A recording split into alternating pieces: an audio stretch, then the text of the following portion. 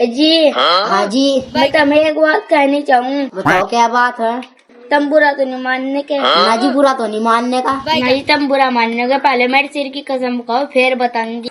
जी नहीं, मैं बुरा नहीं मानने का।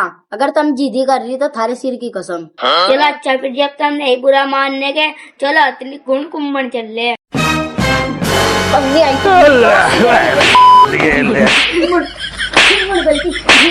मेरे खातर दहेज में कुछ नहीं जी।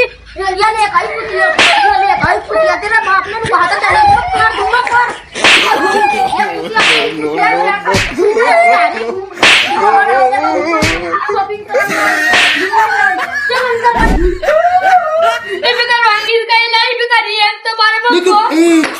बाबू क्या बात होगी तेरे साथ? मजाक ही तो कर रहा था, मैं तो सीरियस ले रहा था। तो मैं वैसे ही मार दिया था। मैं तेरे नुमारे शिमला मनाने जा रहे हैं घूमन, 100 नंबर पर क्यों कर दिया तुमने फोन?